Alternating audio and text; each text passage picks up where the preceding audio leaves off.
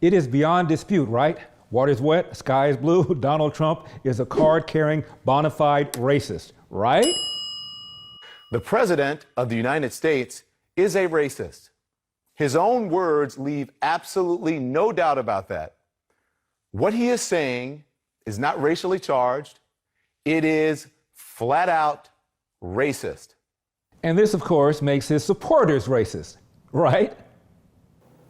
But for people who look like me, other minorities, women who have been, well, let's just leave this to race. This president has said and done so many insensitive and bigoted and racist things that if you support him, people like me want to understand why you ignored so much. You know, to just be grossly generalistic, you could put half of Trump's supporters into what I call the basket of deplorables.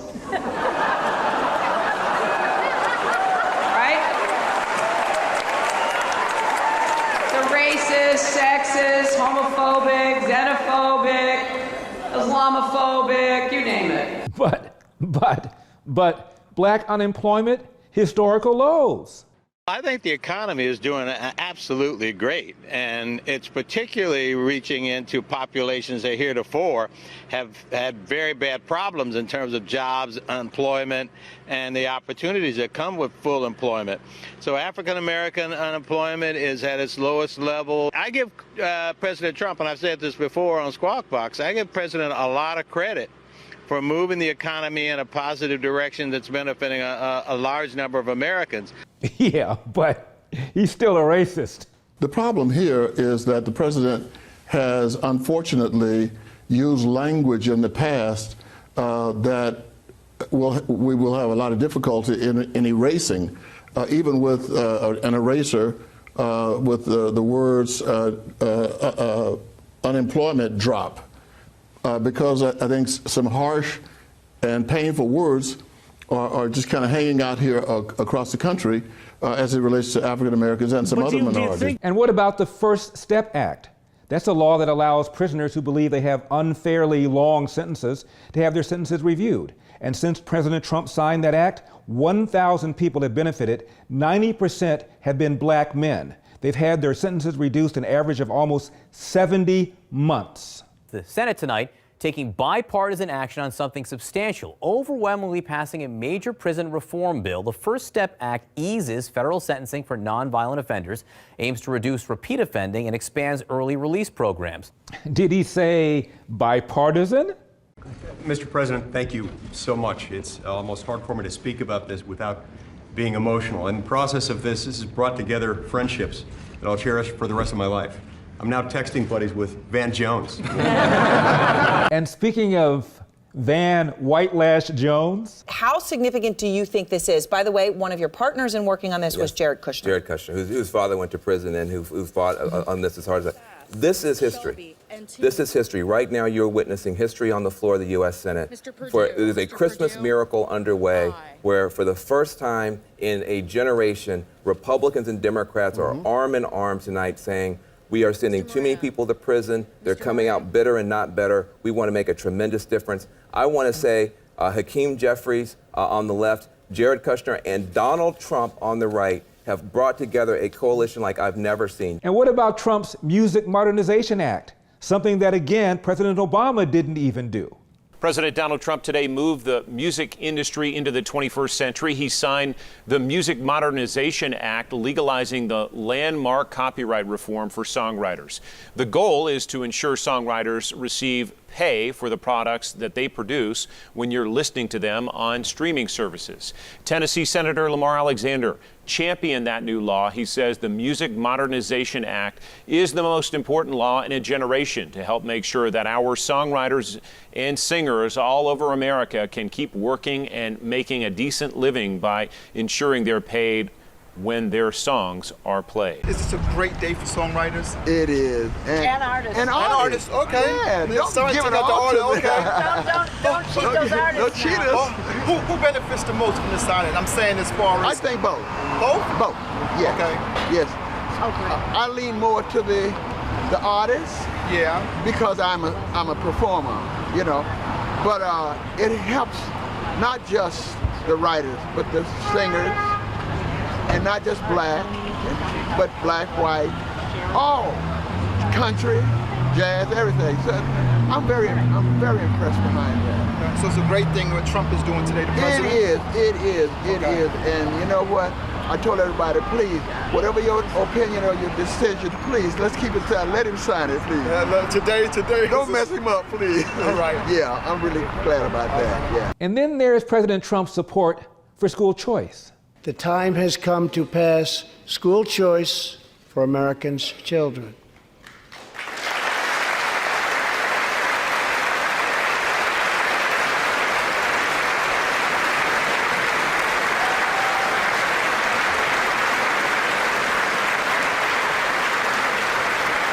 So on the campaign trail, Trump didn't talk much about K-12 policy, but when he did, he talked about school choice. And Betsy DeVos is a longtime school choice advocate.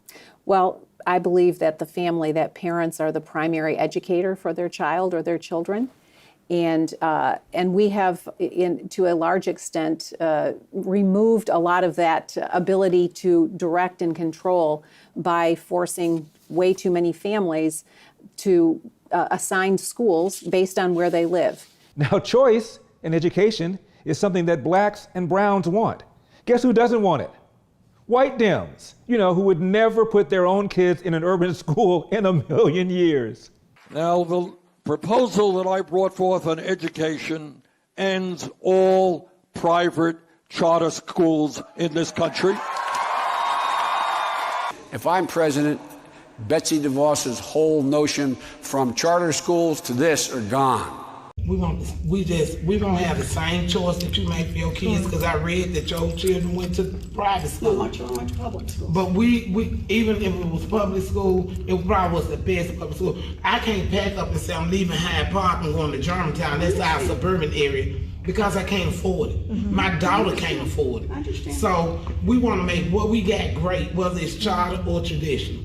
And really, public schools are charter in where I come from, and we make parents know that charter schools are public schools too. So let me just say, I appreciate nothing more than how much you care about your children and your grandchildren and getting them educated, and that's all I want to do. If I don't have the pieces right, then I'll go back and read it. Go back and read it, I'll please. Go back and read it. And I promise you, the next time you see me, if it's reading the way it's going to benefit our children. I'm not making promises. I'll go back and read it. Go read it, but just read it. That's okay. But it turns out that Senator Warren had a son in private school from the 5th grade on.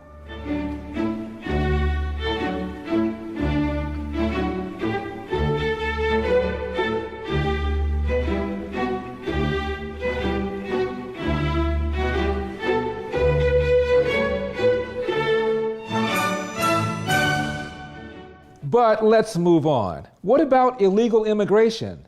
And what does that have to do with blacks?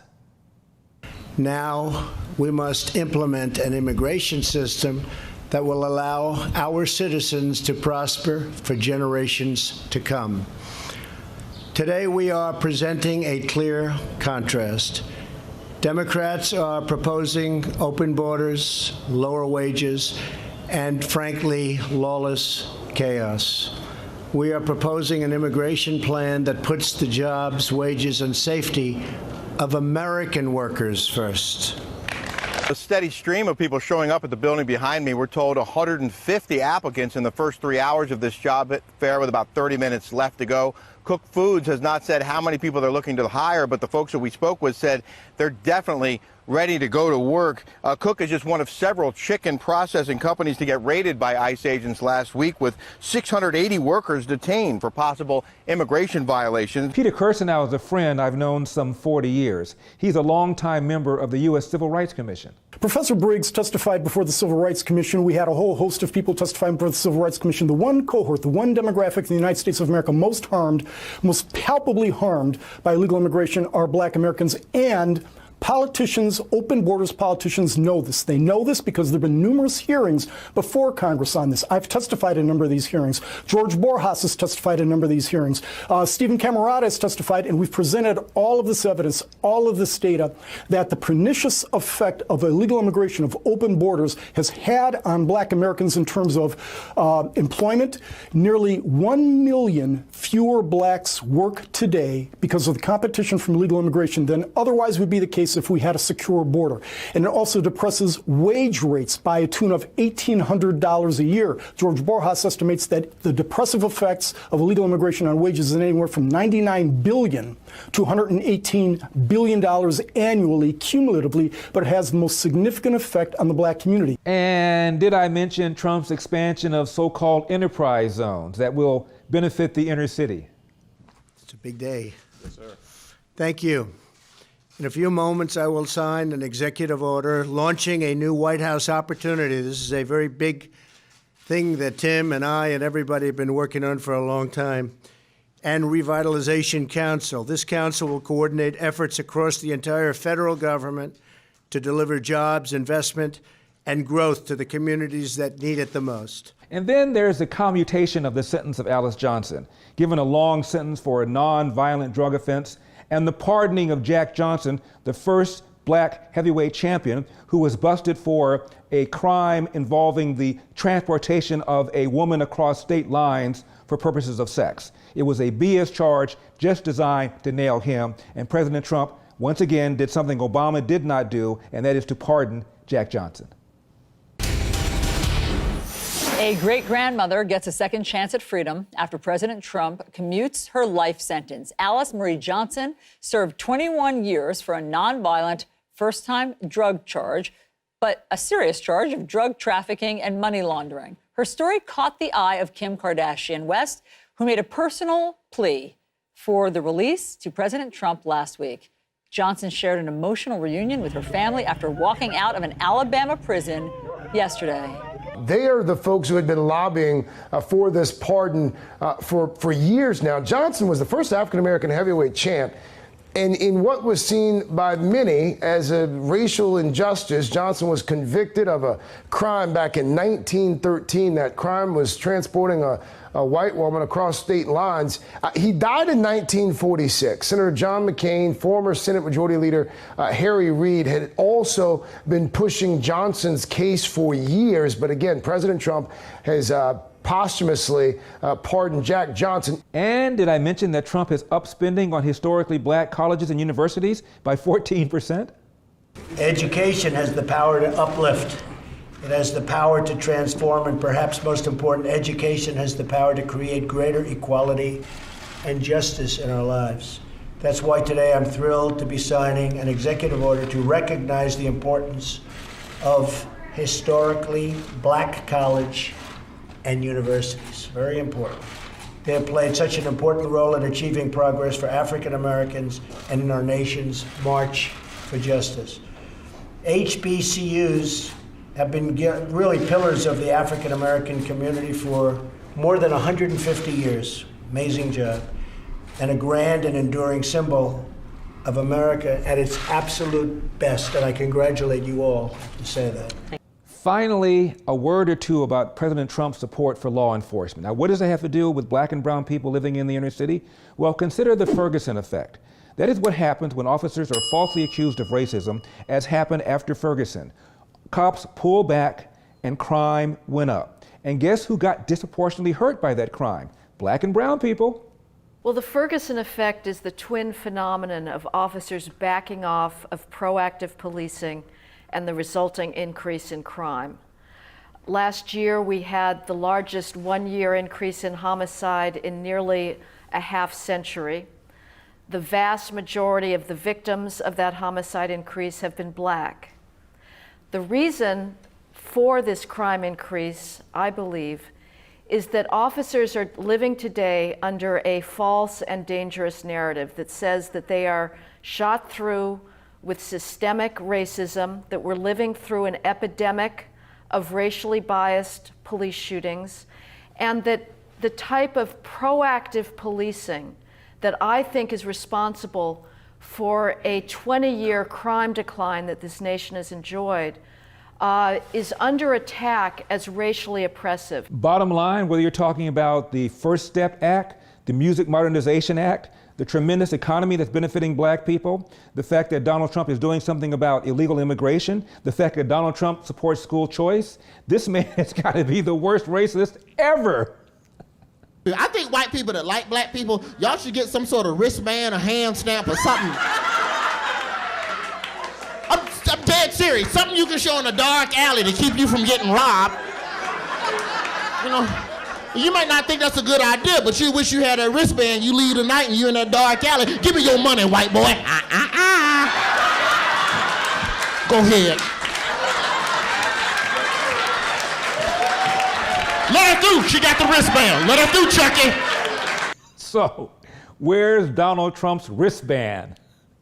I'm Larry Elder, and this has been The Larry Elder Show. I'll see you next time.